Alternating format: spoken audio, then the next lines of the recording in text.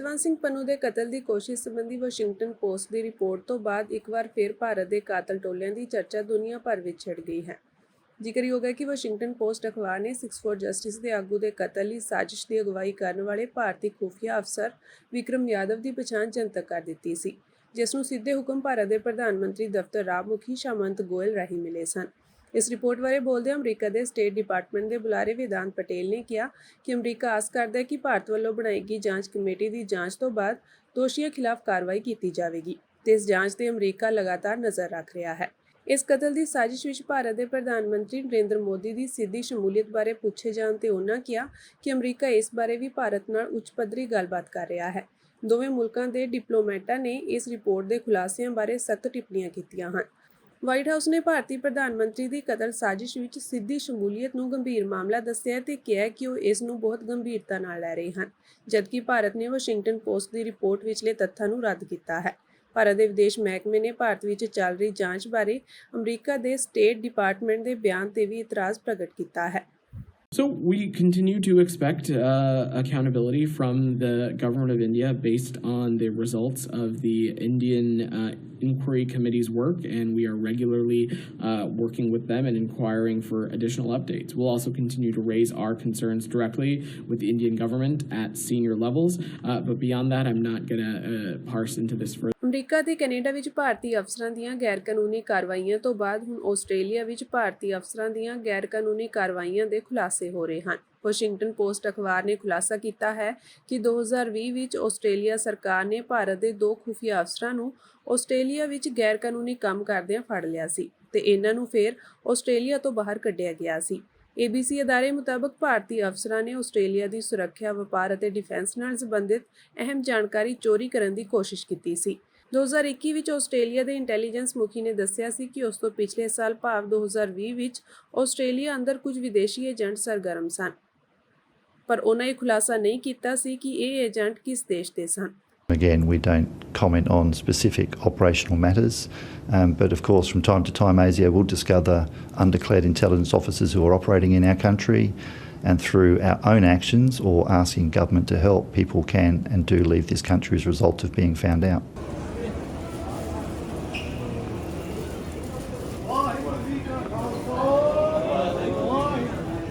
ਦਲ ਖਾਲਸਾ ਦੇ ਪ੍ਰਧਾਨ ਪਰਮਜੀਤ ਸਿੰਘ ਮੰਡ ਬੀਤੀ ਸ਼ਾਮ ਕੈਨੇਡਾ ਦੌਰੇ ਲਈ ਟੋਰਾਂਟੋ ਹਵਾਈ ਅੱਡੇ ਤੇ ਪਹੁੰਚੇ। ਉਹਨਾਂ ਨੂੰ ਜੀ ਆਇਆਂ ਕਹਿਣ ਲਈ ਮੌਕੇ ਤੇ ਓਨਟਾਰੀਓ ਗੁਰਦੁਆਰਾ ਕਮੇਟੀ ਦੇ ਨੁਮਾਇੰਦੇ ਅਤੇ ਦਲ ਖਾਲਸਾ ਦੇ ਕੈਨੇਡਾ ਵਿੱਚ ਨੁਮਾਇੰਦੇ ਮੌਜੂਦ ਸਨ। ਪਰਮਜੀਤ ਸਿੰਘ ਮੰਡ 5 ਮਈ ਨੂੰ ਓਨਟਾਰੀਓ ਗੁਰਦੁਆਰਾ ਕਮੇਟੀ ਵੱਲੋਂ ਮਾਲਟਨ ਤੋਂ ਰੈਕਸਡੇਲ ਤੱਕ ਸਜਾਏ ਜਾਂਦੇ ਵਿਸ਼ਾਲ ਨਗਰ ਕੀਰਤਨ ਵਿੱਚ ਸੰਗਤਾਂ ਨੂੰ ਸੰਬੋਧਨ ਕਰਨਗੇ। ਇਸ ਤੋਂ ਇਲਾਵਾ ਉਹ ਕੈਨੇਡਾ ਦੇ ਵੱਖ-ਵੱਖ ਗੁਰੂ ਘਰਾਂ ਵਿੱਚ ਸੰਗਤਾਂ ਨੂੰ ਸੰਬੋਧਨ ਕਰਨਗੇ। ਜ਼ਿਕਰਯੋਗ ਹੈ ਕਿ ਦਲ ਖਾਲਸਾ ਪੰਜਾਬ ਵਿੱਚ ਆਜ਼ਾਦ ਸਿੱਖ ਰਾਜ ਖਾਲਿਸਤਾਨ ਦੀ ਸਥਾਪਤੀ ਲਈ ਸੰਘਰਸ਼ ਕਰ ਰਿਹਾ ਹੈ।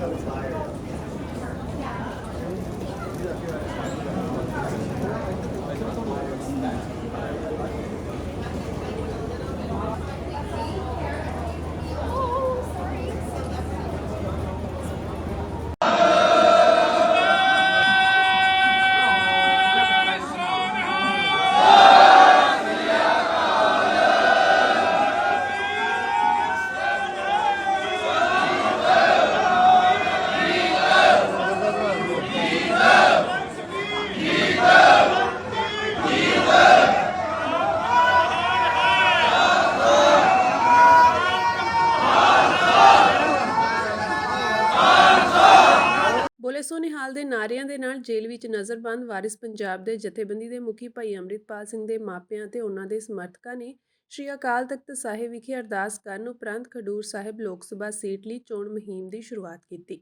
ਵਰਤਮਾਨ ਵਿੱਚ ਭਾਈ ਅੰਮ੍ਰਿਤਪਾਲ ਸਿੰਘ ਨੂੰ ਰਾਸ਼ਟਰੀ ਸੁਰੱਖਿਆ ਕਾਨੂੰਨ ਦੇ ਤਹਿਤ 9 ਹੋਰ ਸਿੰਘਾਂ ਦੇ ਨਾਲ ਆਸਾਮ ਦੀ ਡਿਬਰੂਗੜ੍ਹ ਜੇਲ੍ਹ ਵਿੱਚ ਬੰਦ ਕੀਤਾ ਗਿਆ ਹੈ।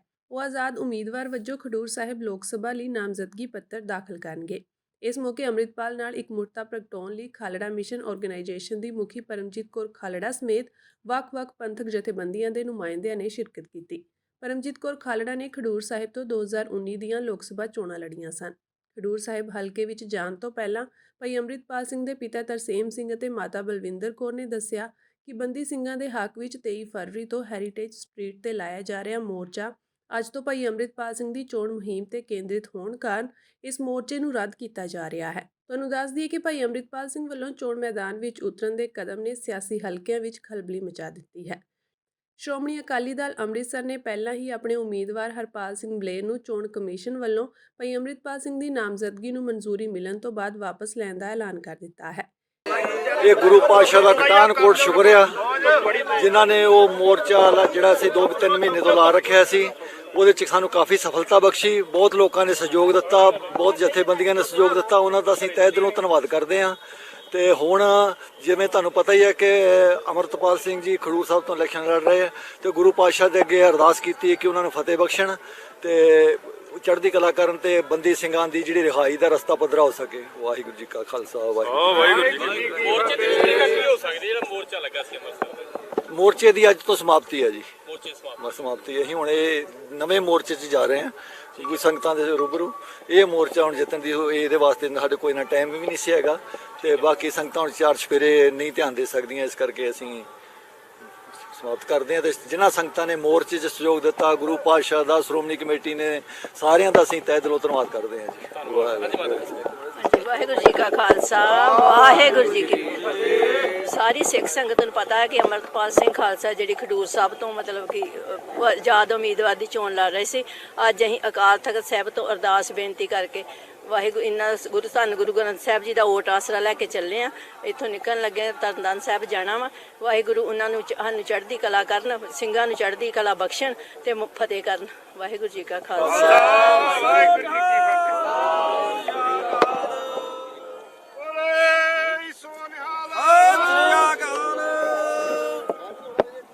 ਵਾਹਿਗੁਰੂ ਜੀ ਕਾ ਖਾਲਸਾ ਵਾਹਿਗੁਰੂ ਜੀ ਕੀ ਫਤਿਹ। ਅਸੀਂ ਅੱਜ ਸਰਦਾਰ ਅਮਰਤਪਾਲ ਸਿੰਘ ਦੀ ਚੋਣ ਮੁਹਿੰਮ ਦਾ ਆਗਾਜ਼ ਕੀਤਾ ਹੈ ਤੇ ਇਹ ਜਿਹੜਾ ਮੋਰਚਾ ਹੈ ਇਹ ਧਰਮ ਯੁੱਧ ਦਾ ਮੋਰਚਾ ਹੀ ਤੁਸੀਂ ਸਮਝੋ ਇਹਨੂੰ। ਅਸੀਂ ਧਰਮ ਦੀ ਲੜਾਈ ਲੜਨ ਵਾਲੇ, ਮਨੁੱਖੀ ਅਧਿਕਾਰਾਂ ਦੀ ਲੜਾਈ ਲੜਨ ਵਾਲੇ ਅੱਜ ਇਹਨਾਂ ਦੇ ਨਾਲ ਸਹਿਯੋਗ ਕਰਨ ਆਏ ਆ ਤੇ ਪਰਮਾਤਮਾ ਸਾਨੂੰ ਵੀ ਬਲ ਤੇ ਬੁੱਧੀ ਬਖਸ਼ੇ ਤੇ ਸਾਰੀ ਸੰਗਤ ਨੂੰ ਵੀ ਬਲ ਬੁੱਧੀ ਬਖਸ਼ੇ ਤੇ ਸਾਰੇ ਪੰਥ ਨੂੰ ਮੇਰੀ ਅਪੀਲ ਹੈ ਕਿ ਇਹ ਜਿਹੜੀ ਲੜਾਈ ਹੈ ਇਹ ਧਰਮ ਦੀ ਲੜਾਈ ਹੈ, ਇਹ ਮਨੁੱਖੀ ਹੱਕਾਂ ਦੀ ਲੜਾਈ ਹੈ। ਸਾਰੇ ਵੈਰ ਵਿਰੋਧ ਛੱਡ ਕੇ ਤੁਸੀਂ ਸਾਡਾ ਉਹ ਬੰਦੀ ਸਿੰਘਾਂ ਦਾ ਜਿਹੜੇ 35 ਸਾਲ ਤੋਂ ਵੀ ਬੰਦ ਹੈ ਉਹਨਾਂ ਦੀ ਰਿਹਾਈ ਵਾਸਤੇ ਜੋ ਵੀ ਸਾਨੂੰ ਕਰਨਾ ਪੈ ਰਿਹਾ ਹੈ। ਅਸੀਂ ਧਰਨੇ ਮੁਜ਼ਾਹਰਿਆਂ ਤੋਂ ਲੈ ਕੇ ਮੋਰਚੇ ਵੀ ਲਾਏ ਹੈ ਤੇ ਪਰ ਅੱਜ ਜਿਹੜਾ ਇਲੈਕਟ੍ਰੋਨਿਕ ਚੀਜ਼ ਹੈ ਜਿਹਦੇ ਵਿੱਚ ਜਾਣਾ ਵੀ ਅਸੀਂ ਬਹੁਤ ਜ਼ਰੂਰੀ ਸਮਝਦੇ ਹਾਂ। ਮੈਂ ਵੀ ਕੰਪੇਨ ਕੀਤੀ ਸੀ 19 'ਚ ਤੇ ਚਲੋ ਬਹੁਤ ਚੜ੍ਹਦੀ ਕਲਾ ਵਾਲੀ ਕੰਪੇਨ ਸੀ ਸਾਡੀ ਤੇ ਹੁਣ ਵਾਹਿਗੁਰੂ ਅਸੀਂ ਚਾਹੁੰਦੇ ਹਾਂ ਕਿ ਹੁਣ ਆਪਾਂ ਕਿਤੋਂ ਧੋਖਾ ਨਾ ਖਾਈਏ ਤੇ ਪੰਥ ਦੀ ਚੜ੍ਹਦੀ ਕਲਾ ਦੇ ਲਈ ਸਾਰੇ ਪੰਥ ਨੂੰ, ਸਾਰੇ ਪੰਜਾਬੀਆਂ ਨੂੰ ਅਪੀਲ ਹੈ ਕਿ ਉਹ ਹੱਕ ਸੱਚ ਇਨਸਾਫ ਦੇ ਨਾਲ ਖੜਨ ਤੇ ਜਿਹੜੇ ਝੂਠੇ ਲੋਕ ਹੈ ਉਹਨਾਂ ਦੇ ਜਿਹੜੇ ਪਰਦੇ ਉਹ ਪਾਸੇ ਕਰਨ। ਮਜ਼ਦੂਰ ਦਿਵਸ ਤੇ ਸ਼੍ਰੋਮਣੀ ਅਕਾਲੀ ਦਲ ਅੰਮ੍ਰਿਤਸਰ ਦੇ ਪ੍ਰਧਾਨ ਸਰਦਾਰ ਸਿਮਰਨਜੀਤ ਸਿੰਘ ਮਾਨ ਨੇ ਭਾਰਤ ਵਿੱਚ ਮਜ਼ਦੂਰਾਂ ਦੀ ਸਥਿਤੀ ਨੂੰ ਲੈ ਕੇ ਸਰਕਾਰ ਦੀ ਕਾਰਗੁਜ਼ਾਰੀ ਤੇ ਸਵਾਲ ਖੜੇ ਕੀਤੇ ਹਨ। ਉਨ੍ਹਾਂ ਕਿਹਾ ਕਿ ਅੰਗਰੇਜ਼ਾਂ ਦੇ ਜਾਣ ਤੋਂ 77 ਸਾਲਾਂ ਬਾਅਦ ਵੀ ਦੇਸ਼ ਦੇ ਗਰੀਬ ਮਜ਼ਦੂਰਾਂ ਦੇ ਹਾਲਾਤ ਨਹੀਂ ਸੁਧਰੇ। ਕਰੋੜਾਂ ਅਰਬਾਂ ਪਤੀਆਂ ਦੇ ਕਰਜ਼ ਮੁਆਫ ਕੀਤੇ ਜਾ ਰਹੇ ਹਨ ਪਰ ਮਜ਼ਦੂਰਾਂ ਤੇ ਕਿਸਾਨਾਂ ਦੇ ਨਹੀਂ। ਉਨ੍ਹਾਂ ਕਿਹਾ ਕਿ ਸਰਕਾਰਾਂ ਦੀਆਂ ਲੋਕ ਵਿਰੋਧੀ ਨੀਤੀਆਂ ਕਰਕੇ ਅਮੀਰ ਹੋਰ ਅਮੀਰ ਹੋ ਰਹੇ ਹਨ ਅਤੇ ਗਰੀਬ ਹੋਰ ਗਰੀਬ ਹੋ ਰਹੇ ਹਨ। ਵਾਹਿਗੁਰੂ ਜੀ ਕਾ ਖਾਲਸਾ ਵਾਹਿਗੁਰੂ ਜੀ ਕੀ ਫਤਿਹ। ਅੱਜ ਅਸੀਂ ਦੁਨੀਆ ਦੇ ਵਿੱਚ ਵਰਲਡ ਲੇਬਰ ਡੇ ਗਰੀਬਾਂ ਦਾ ਮਨਾ ਰਹੇ ਹਾਂ। ਸਾਡੇ ਪੰਜਾਬ ਤੇ ਸਾਡੇ ਹਿੰਦੁਸਤਾਨ ਦੇ ਵਿੱਚ ਗਰੀਬੀ ਉਸੇ ਤਰ੍ਹਾਂ ਹੈਗੀ ਹੈ ਜਿਵੇਂ 1947 ਦੇ ਵਿੱਚ ਅੰਗਰੇਜ਼ ਇਹ ਮੁਲਕ ਛੱਡ ਕੇ ਗਏ ਸੀਗੇ। ਮੇਰਾ ਤਾਂ ਰੋਜ਼ ਦਾ ਤਜਰਬਾ ਹੈਗਾ ਕਿ ਜਿਹੜੇ ਮੋਦੀ ਦੀ ਸਰਕਾਰ ਹੈ ਇਸ ਨੇ ਅਮੀਰਾਂ ਨੂੰ ਹੋਰ ਅਮੀਰ ਕਰ ਦਿੱਤਾ, ਉਹਨਾਂ ਦੇ ਕਰਜ਼ੇ ਸਾਰੇ ਮਾਫ ਕਰ ਦਿੱਤੇ ਹੈਗੇ ਹੈ। ਕਰੋੜਾਂ ਪਤੀ ਅਰਬਾਂ ਪਤੀ ਜਾਂਦੇ ਤੇ ਜਿਹੜੇ ਖੇਤ ਮਜ਼ਦੂਰ ਹੈ, ਜਿਹੜੇ ਆਪਣੇ ਜ਼ਿਮੀਂਦਾਰ ਹੈ, ਉਹਨਾਂ ਦੇ ਕਰਜ਼ੇ ਮਾਫ ਨਹੀਂ ਕੀਤੇ ਹੈਗੇ।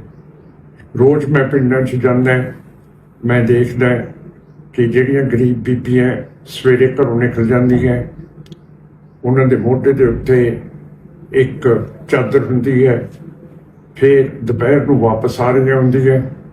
ਉਹ ਚਾਦਰ ਦੇ ਵਿੱਚ ਪੱਠੇ ਹੁੰਦੇ ਆ, ਉਹ ਪਤਾ ਨਹੀਂ ਕਿੱਥੋਂ ਲੈ ਕੇ ਆਉਂਦੀ ਹੈ। ਉਹ ਸਿਰ ਦੇ ਉੱਤੇ ਪੰਡ ਚੱਕੀ ਹੁੰਦੀ ਹੈ। ਪੰਡ ਨੂੰ ਛੱਡ ਕੇ ਫਿਰ ਦੁਪਹਿਰ ਨੂੰ ਫਿਰ ਨਿਕਲ ਜਾਂਦੀ ਹੈ। ਫਿਰ ਅਸੀਂ ਦੇਖਦੇ ਹਾਂ ਉਹ ਕੱਪੜਾ ਫਿਰ ਮੋਢੇ ਦੇ ਉੱਤੇ ਹੁੰਦਾ। ਸ਼ਾਮ ਨੂੰ ਆਉਂਦੀ ਹੈ, ਉਹਨਾਂ ਦੇ ਸਿਰ ਦੇ ਉੱਤੇ ਪੰਡ ਲੱਕੜਾਂ ਤੀਲਿਆਂ ਦੀ ਲੱਦੀ ਹੁੰਦੀ ਹੈ, ਜਿਹਦਾ ਮਤਲਬ ਹੈ ਉਹਨਾਂ ਦੇ ਕੋਲੇ ਕੋਈ ਗੈਸ ਨਹੀਂ ਹੈ, ਕੋਈ ਮਿੱਟੀ ਦੇ ਤੇਲ ਦਾ ਸਟੋਵ ਹੈ ਨੀਗਾ, ਤੇ ਇਸ ਤਰ੍ਹਾਂ ਦੀ ਜ਼ਿੰਦਗੀ ਬਤੀਤ ਕਰਦੀ ਹੈ। ਤੇ ਮੈਂ ਇਹਨਾਂ ਗਰੀਬਾਂ ਦੇ ਘਰਾਂ ਦੇ ਵਿੱਚ ਜਾ ਕੇ ਦੇਖਿਆ, ਇਹਨਾਂ ਦਾ ਇੱਕ ਕਮਰਾ ਹੈ ਜਿੱਥੇ ਮੀਆਂ ਬੀਬੀ ਸੌਂਦੇ ਹੈ, ਉੱਥੇ ਇਹਨਾਂ ਦਾ ਮੁੰਡਾ ਤੇ ਨੂੰਹ ਵੀ ਸੌਂਦੇ ਹੈ, ਤੇ ਜੇ ਇਹਨਾਂ ਦੀ ਧੀ ਆ ਜੇ ਤੇ ਜਵਾਈ ਵੀ ਉੱਥੇ ਸੌਂਦੇ ਨੇ। ਸੋ ਇਹੋ ਜਿਹੀ ਸੋਚ ਅਜੇ ਤੱਕ ਹੈਗੀ ਹੈ ਕਿ ਅਮੀਰ ਹੋਰ ਅਮੀਰ ਹੋਈ ਜਾਂਦਾ ਹੈ। ਤੇ ਇੰਦਰਾ ਗਾਂਧੀ ਤੋਂ ਲੈ ਕੇ ਇਹ ਸਾਰੀਆਂ ਪੋਲੀਟੀਕਲ ਪਾਰਟੀਆਂ ਨੇ ਬੋਗਸ ਝੂਠੇ ਸਲੋਗਨ ਦਿੱਤੇ ਹੈ। ਇੰਦਰਾ ਗਾਂਧੀ ਨੇ ਕਿਹਾ ਕਿ ਅਸੀਂ ਤੁਹਾਨੂੰ ਰੋਟੀ ਕੱਪੜਾ ਮਕਾਨ ਦੇਵਾਂਗੇ। ਮੋਦੀ ਨੇ ਕਿਹਾ ਘਰ ਘਰ ਦੇ ਵਿੱਚ ਨੌਕਰੀ ਹੋਊਗੀ। ਕੋਈ ਨੌਕਰੀ ਨਹੀਂ ਦਿੱਤੀ ਗਈ, ਲੋਕੀ ਪਿੱਟਦੇ ਹੈ। ਮੈਂ 3 ਮਹੀਨੇ ਪਹਿਲਾਂ ਪਾਰਲੀਮੈਂਟ ਦੇ ਵਿੱਚ ਸੀਗਾ। ਪਾਰਲੀਮੈਂਟ ਦੀ ਸਿਕਿਉਰਿਟੀ ਤੋੜ ਕੇ 2 ਨੌਜਵਾਨ ਮੁੰਡੇ ਸਾਡੀ ਪਾਰਲੀਮੈਂਟ ਦੇ ਵਿੱਚ ਛਾਲ ਮਾਰ ਕੇ ਆ ਗਏ। ਅਸੀਂ ਸਮਝਿਆ ਕਿ ਉਹਨਾਂ ਨੇ ਕੋਈ ਗੜਬੜ ਕਰਨੀ ਹੈ। ਗੜਬੜ ਉਹਨਾਂ ਨੇ ਕੋਈ ਨਹੀਂ ਸੀ ਕਰਨੀ। ਉਹਨਾਂ ਨੂੰ ਜਦੋਂ ਪੁੱਛਿਆ ਗਿਆ, ਉਹਨਾਂ ਨੇ ਕਿਹਾ ਕਿ ਮੋਦੀ ਸਰਕਾਰ ਨੇ ਸਾਨੂੰ ਕਿਹਾ ਕਿ ਘਰ ਘਰ ਨੌਕਰੀ ਹੋਊਗੀ। ਕੋਈ ਸਾਡੇ ਕੋਲ ਨੌਕਰੀ ਹੈ ਨਹੀਂ, ਅਸੀਂ ਬੇਕਾਰ ਹੋਏ ਪਏ ਹਾਂ, ਅਸੀਂ ਮਰਨ ਨੂੰ ਤਿਆਰ ਹੈ। ਅਸੀਂ ਸਿਕਿਉਰਿਟੀ ਤੋੜੀ ਹੈ। ਸਾਨੂੰ ਪਤਾ ਹੈ ਕਿ ਜੇ ਸਿਕਿਉਰਿਟੀ ਪਾਰਲੀਮੈਂਟ ਦੀ ਟੁੱਟੂਗੀ ਤੇ ਸਾਨੂੰ ਗੋਲੀ ਵੱਜੂਗੀ, ਪਰ ਇਹਦੀ ਨਾ ਪਰਵਾਹ ਕਰਦਿਆਂ ਹੋਇਆਂ ਅਸੀਂ ਪਾਰਲੀਮੈਂਟ ਦੇ ਵਿੱਚ ਛਾਲਾਂ ਮਾਰ ਦਿੱਤੀਆਂ। ਸੋ ਮੇਰਾ ਮਤਲਬ ਹੈ ਕਿ ਇਹ ਜਿਹੜੇ ਆਪਣੇ ਲੇਬਰ ਹੈ, ਮਜ਼ਦੂਰ ਹੈ, ਉਹਨਾਂ ਨੂੰ ਮੈਂ ਪੁੱਛਿਆ, ਉਹ ਕਹਿੰਦੇ ਜੀ ਜਦੋਂ ਝੋਨੇ ਦੀ ਵਢਾਈ ਹੁੰਦੀ ਹੈ ਉਦੋਂ ਸਾਨੂੰ ਦਿਹਾੜੀ ਮਿਲ ਜਾਂਦੀ ਹੈ, ਜਦੋਂ ਝੋਨਾ ਬੀਜਦੇ ਆ ਉਦੋਂ ਸਾਨੂੰ ਦਿਹਾੜੀ ਮਿਲ ਜਾਂਦੀ ਹੈ, ਜਦੋਂ ਫਸਲ ਕਣਕ ਦੀ ਗੌਣ ਦੇ ਉੱਤੇ ਆ ਜਾਂਦੀ ਹੈ ਉਦੋਂ ਸਾਨੂੰ ਦਿਹਾੜੀ ਮਿਲਦੀ ਹੈ। ਬਾਕੀ ਦੇ ਦਿਨਾਂ ਦੇ ਵਿੱਚ ਕਦੇ ਦਿਹਾੜੀ ਮਿਲਦੀ ਹੈ, ਕਦੇ ਦਿਹਾੜੀ ਨਹੀਂ ਮਿਲਦੀ। ਅਸੀਂ ਇੱਥੇ ਭੁੱਖੇ ਮਰ ਰਹੇ ਹੈਗੇ ਹਾਂ ਤੇ ਕੋਈ ਇੰਤਜ਼ਾਮ ਨਹੀਂ। ਆਮ ਪਾਰਟੀ ਨੇ ਪ੍ਰੋਮਿਸ ਕੀਤਾ ਸੀਗਾ ਕਿ ਜਿਹੜੇ ਮਹੀਨੇ ਗਰੀਬਾਂ ਦੀ ਬੀਬੀਆਂ ਦੇ ਬੈਂਕ ਦੇ ਖਾਤੇ ਦੇ ਵਿੱਚ 1000 ਰੁਪਇਆ ਸਰਕਾਰ ਪਾ ਦਿਆ ਕਰੂਗੀ, ਉਹ ਵੀ ਬਿਲਕੁਲ ਨਹੀਂ ਅਜੇ ਤੱਕ ਉਹ ਜਿਹੜਾ ਵਾਅਦਾ ਸੀਗਾ ਉਹ ਪੂਰਾ ਕੀਤਾ। ਸੋ ਮੇਰਾ ਮਤਲਬ ਹੈ ਕਿ ਗਰੀਬਾਂ ਦਾ ਇੰਨਾ ਬੁਰਾ ਹਾਲ ਹੈ ਕਿ ਜਿੰਨਾ ਚਿਰ ਇੱਥੇ ਤਕੜਾ ਇਨਕਲਾਬ ਨਹੀਂ ਆਊਗਾ। ਦੂਜੇ ਪਾਸੇ ਛੱਤੀਸਗੜ੍ਹ ਦੇ ਵਿੱਚ ਅੱਜ ਫੇਰ 12 ਆਦਿਵਾਸੀ ਉਹਨਾਂ ਨੂੰ ਕਹਿ ਕੇ ਕਿ ਇਹ ਨਕਸਲਾਈਟ ਹੈ, ਉਹਨਾਂ ਨੂੰ ਮਾਰ ਦਿੱਤਾ ਬੀਜੇਪੀ ਦੀ ਸਰਕਾਰ ਨੇ। ਇਸ ਤੋਂ ਪਹਿਲਾਂ 29 ਨਕਸਲਾਈਟ ਕਹਿ ਕੇ ਆਦਿਵਾਸੀ ਜਿਹੜੇ ਜੰਗਲਾਂ 'ਚ ਰਹਿੰਦੇ ਹੈ, ਆਪਣੀ ਜੰਗਲਾਂ ਦੀ ਰੱਖਿਆ ਕਰਦੇ ਹੈ, ਉਹਨਾਂ ਨੂੰ ਜਾਨੋਂ ਮਾਰ ਦਿੱਤਾ। ਉਹਨਾਂ ਦੇ ਵਿੱਚ ਤੀਵੀਆਂ ਵੀ ਮਾਰ ਦਿੱਤੀਆਂ ਹੈਗੀਆਂ। ਮੇਰਾ ਕਹਿਣ ਦਾ ਮਤਲਬ ਹੈ ਕਿ ਇੱਥੇ ਸਾਡਾ ਗਰੀਬਾਂ ਦਾ, ਆਦਿਵਾਸੀਆਂ ਦਾ, ਸਿੱਖਾਂ ਦਾ, ਮੁਸਲਮਾਨਾਂ ਦਾ, ਈਸਾਈਆਂ ਦਾ ਜਿਉਣ ਦਾ ਹੱਕ ਵੀ ਮੋਦੀ ਨੇ ਲੈ ਲਿਆ। ਤੇ ਅੱਜ ਉਹਨੇ ਅਖਬਾਰ 'ਚ ਕਿਹਾ ਸਿੱਧੀ ਤਰ੍ਹਾਂ ਕਿ ਮੈਂ ਆਰਡਰ ਦਿੱਤੇ ਹੈ ਕਿ ਜਿੱਥੇ ਵੀ ਇਨਕਲਾਬੀ ਬੰਦੇ ਹੋਣਗੇ, ਬੇਸ਼ੱਕ ਬਾਹਰ ਦੇ ਮੁਲਕ 'ਚ ਹੋਣ, ਬੇਸ਼ੱਕ ਇੱਥੇ ਹੋਣ, ਅਸੀਂ ਉਹਨਾਂ ਦੇ ਘਰਾਂ ਦੇ ਵਿੱਚ ਜਾ ਕੇ ਉਹਨਾਂ ਨੂੰ ਗੋਲੀ ਮਾਰ ਦੇਣੀ ਹੈ। ਸੋ ਮੇਰਾ ਮਤਲਬ ਰੂਲ ਆਫ ਲਾਅ ਹੈ ਨਹੀਂਗਾ ਇੱਥੇ। ਬਿਲਕੁਲ ਇੱਕ ਰੈਵੋਲਿਊਸ਼ਨ ਆ ਰਹੀ ਹੈ ਕਿ ਸਰਕਾਰ ਗਰੀਬਾਂ ਤੇ ਘੱਟ ਗਿਣਤੀਆਂ ਦੇ ਉੱਤੇ ਜ਼ਬਰ ਕਰ ਰਹੀ ਹੈ। ਸੋ ਜਿੰਨਾ ਚਿਰ ਇਹ ਆਪਾਂ ਚੀਜ਼ ਨਹੀਂ ਦੇਖਦੇ, ਹੱਲ ਕਰਦੇ, ਉਨਾ ਚਿਰ ਸਾਡੇ ਇੰਡੀਆ ਦਾ ਬੁਰਾ ਹਾਲ ਹੋ ਰਿਹਾ ਤੇ ਹੋਊਗਾ। ਵਾਹਿਗੁਰੂ ਜੀ ਕਾ ਖਾਲਸਾ, ਵਾਹਿਗੁਰੂ ਜੀ ਕੀ ਫਤਿਹ।